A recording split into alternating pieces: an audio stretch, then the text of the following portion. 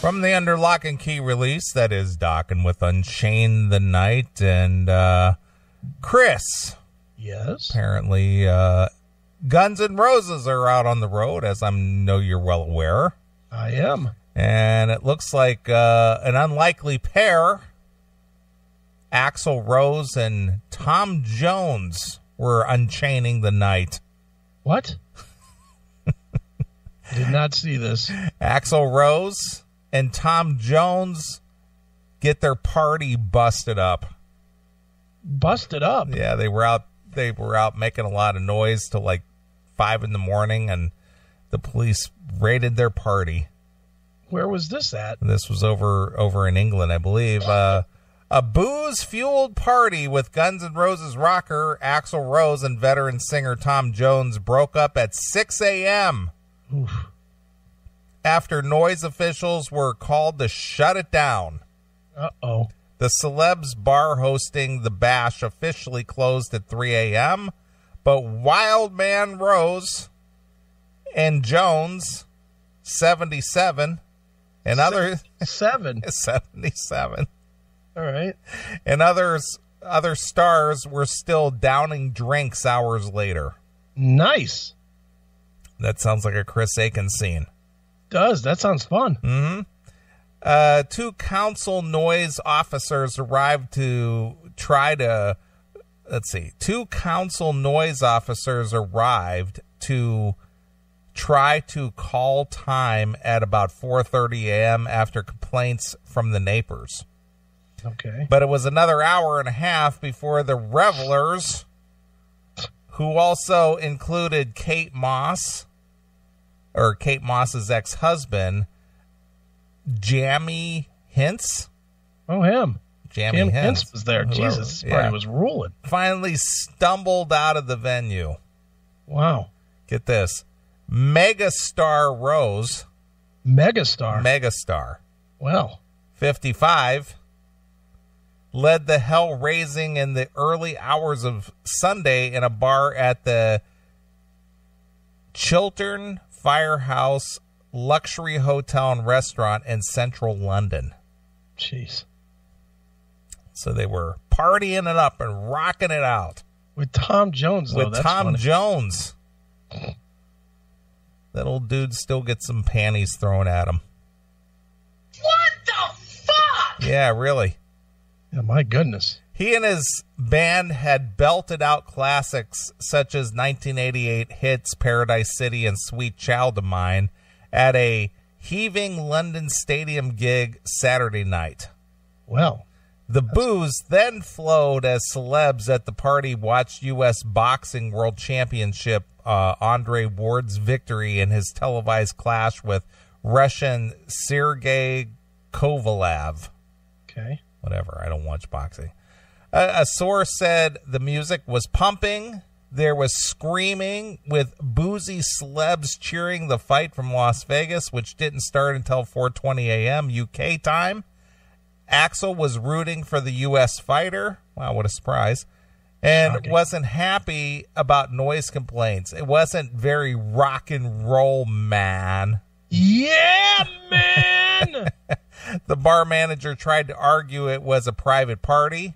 The Westminster Council officials were made to wait outside by security management, eventually turned the music off, but the shouting continued. You know what they said when they came to his door, don't you? What did they say? Is it possible for you to shut the fuck up for 10 seconds? No, there's boxing going on, dude. Too silly. Yeah, so there you go. So Axl Rose partying it up with Tom Jones. How cool is that? How cool is that? It's very cool, Rev. Thanks for checking in. Got all these clips. It's working. I This see is that. Great. I see that. Oh, by the way, little tech talk here. Okay. I've been doing a little research about the whole Skype thing and why it won't play the audio and all that. Okay. There's two solutions to it. Okay. Since Microsoft upgraded, to Windows 10 and whatnot, for the older versions of Windows, it's eliminated what they call the stereo mix. Okay. In the sound card. because of people ripping music. Okay. So they don't want to be a party to people ripping music. Right. So they've eliminated the for lack of a better term, the app that operates the stereo mix, which allowed Skype to play the audio from the computer. Right. But now without that, that setting, Skype can no longer play the audio. So there is a fix. Okay. If you have a Windows machine, or you can go to Realtek and you can download the stereo mix and reinstall it. Okay. Or you can go and get yourself a virtual audio cable and download that and install it. And what that does is that loops the sound from the sound card back into the headphone or into the line in jack. All right. That sounds like I don't even know if we need to bother with that. Well, honestly, because we might be switching anyway. Well, my point is that will solve the problem if that was something that you wanted to. Well, you know what? I mean, because and I don't know if we were planning on talking about this. We can talk about the video thing, can't we? Mm-hmm. Since we're planning on trying to do a live video broadcast as well now, we'll probably be switching from Skype to Hangouts. Okay. To Google Hangouts. So since we're going to switch to that anyway, I don't think that, and I know that you can do audio through that, because in the setup it has all kinds of different shit that we could use, as far as, different audio things that we can plug in and different video that we can plug in and whatnot. So I don't know that we even need to worry about it. Well, I'm just telling you that's the solution. Okay, that's fine. Did I tell you I got my green screen today? I saw you mention it in the chat room. Yep, I got a 6x9 green screen. I'm going to find me a nice little, I don't know, puppies or something to put behind me. Something that makes no sense for the show. Maybe a collection of, I actually wanted to do, this is funny, or maybe people won't think it's funny, but I kind of want to do like a bunch of, like a clan meeting. Like find a clan meeting wallpaper. Okay. And have that behind me. All right. While we're doing the show. That might be funny. Mm-hmm. No? But YouTube might shut us down. Do you think YouTube would shut us down? I don't know what their standards are, so I have no idea. They probably would. They're a bunch of fucking cowards.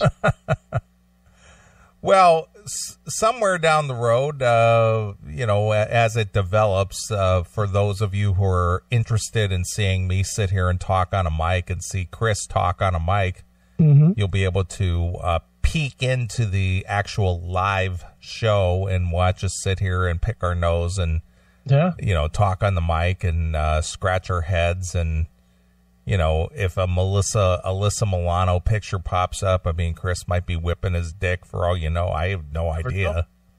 Well, and part of what I want to do with this, though, is is when we're talking, like the Alyssa Milano, or like the chick segment that we were doing where we were talking about the chicks, I would like to pop up pictures so that people, can follow along. Yeah, so you can actually post the photo while you're speaking about it. Right. Yeah, it's got like the whole whiteboard capability, so I can just throw it on the whiteboard and put us like on the bottom and then just flip from picture to picture or whatnot. Right. I can run it like a studio, or you can run it, probably you, because you're like talented and I'm just a fucking talk. but one of us can run it. I just think that it's going to add something.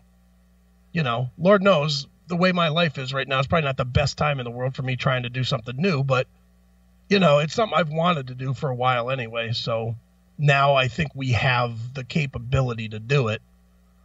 And I think the technology has caught up enough where we can do it. So I want to try it. And I would imagine in the next week or two, you and I will do an hour or two of like a preview show. Sure. And I guess we should tell people when that is. What people... It's invite only, and you have to PayPal us an X amount of dollars to get the link to the special show. Yeah, sure. No, I think seriously, we'll just put it on Facebook. I'll put something on the Facebook page when we're doing it, if people want to watch, and that way we can, we can get like live feedback on what's working and what's not, and if the video's clean or grainy, or if they can see us both, or all that bullshit that we're going to need to know, and also so that we can see that we have enough bandwidth. Because that's my big concern, is the bandwidth. Mm-hmm. Is doing video stream plus the audio stream, because we have to keep the audio stream for uncontrolled noise. Right. So the question is, do we have enough to do HD video and audio? So I guess we'll figure that out. Well, we'll find out, but we do want to advance the show and make it a little more interactive. And, for years, some people have, I want to be able to see the show. Yeah. But Adam Carolla, Joe Rogan, Anthony Acumia, they all do live video radio shows. And what makes us any different? We're just as good as those guys. Yeah, I would say. So we're going to give it a shot. Hail and kill, caller. You're on the air. How you doing, guys? This is Sean from Chicago. Hey, what's up, Sean from Chicago? What's on your mind tonight? Well, I've spoken to you guys before. I'm the guy that called in that did the Def Leppard VIP thing. Yes, you did. And was and I was kind of disappointed. Okay. So what's on your mind tonight? Well, I had a question. I don't know if it was ever brought up, but and I'm sure everybody's had this happen, but have you ever had your favorite band or one of your top bands totally blown away by an opening act? It's happened a lot. It happened to me, and I'm still blown away a year later. And I thought it was an interesting topic. Well, who are you making a reference to? Well, when I saw Def Leppard with Styx, Styx was by far amazing. Okay. But would you call them an opener, or would you call them a co-headliner? I think at the time they were labeled as an opener, if I'm not mistaken. Yeah, but Styx been around longer than Def Leppard, and they've got a whole string of hits. So, when you mentioned both of them on the same bill, I would kind of look at them as like a co-headliner in a way. I agree, and I went back and got most of the albums from their heyday, and I was floored by the talent that I found there. And Styx is a Chicago-based band on top of that. That's right, and I was just floored by their live show, and I felt that when Def Leppard came on stage, compared to Styx, they pretty much kind of phoned it in, and I hate to say that. Well, maybe you need to find a new favorite band. Yeah. I think I do, actually. I think Def Leppard is kind of, I hate to say it because I love those guys, but I think they're just kind of going through the motions. Well, it could very well be. I mean, Joe Elliott can't sing worth a lick anymore. I saw Def Leppard with Bryan Adams about 10 years ago, and he couldn't sing then. Yeah, I think he's got a little better, but I think you're right.